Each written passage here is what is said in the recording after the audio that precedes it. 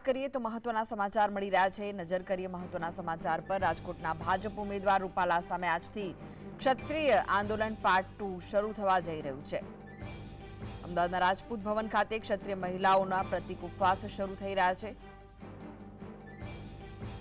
આજે ક્ષત્રિય કોર કમિટીની અન્ય સમાજના નેતાઓ સાથે પણ બેઠક મળવા જઈ રહી છે। રાજકોટના ભાજપ ઉમેદવાર રૂપાલા સામે આજથી ક્ષત્રિય આંદોલન પાર્ટ 2 શરૂ થયું છે। અમદાવાદના રાજપૂત ભવન ખાતે ક્ષત્રિય મહિલાઓ પ્રતિક ઉપવાસ કરવાની છે। આજે ક્ષત્રિય કોર કમિટીની અન્ય સમાજના નેતાઓ સાથે બેઠક પણ થશે।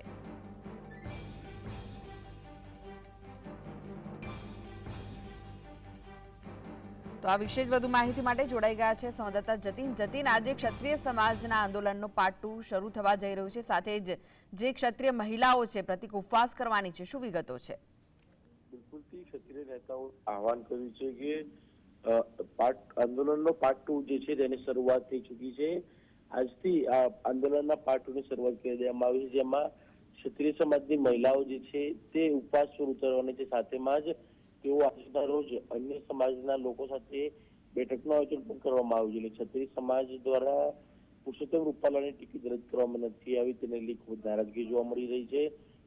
જેને લઈ તમામ લોકો ભારતીય જનતા પાર્ટી વિરુદ્ધ મતદાન પણ કરવાના છે। એટલે કે જ્યાં સુધી યોગ્ય નિરાકરણ નહીં આવે ત્યાં સુધી ભારતીય જનતા પાર્ટી વિરુદ્ધ મતદાન જે છે તે કરવાના છે। આજથી પાર્ટ 2 ની આંદોલનની શરૂઆત કરવામાં આવી છે। વિવિધ અલગ અલગ કાર્યક્રમો જે છે તેઓ સમય નક્કી કરતા રહેશે અને જ્યાં સુધી યોગ્ય નિરાકરણ ના આવે ત્યાં સુધી અલગ અલગ આંદોલનો કરી ભારતીય જનતા પાર્ટી સામે વિરોધ દર્શાવશે।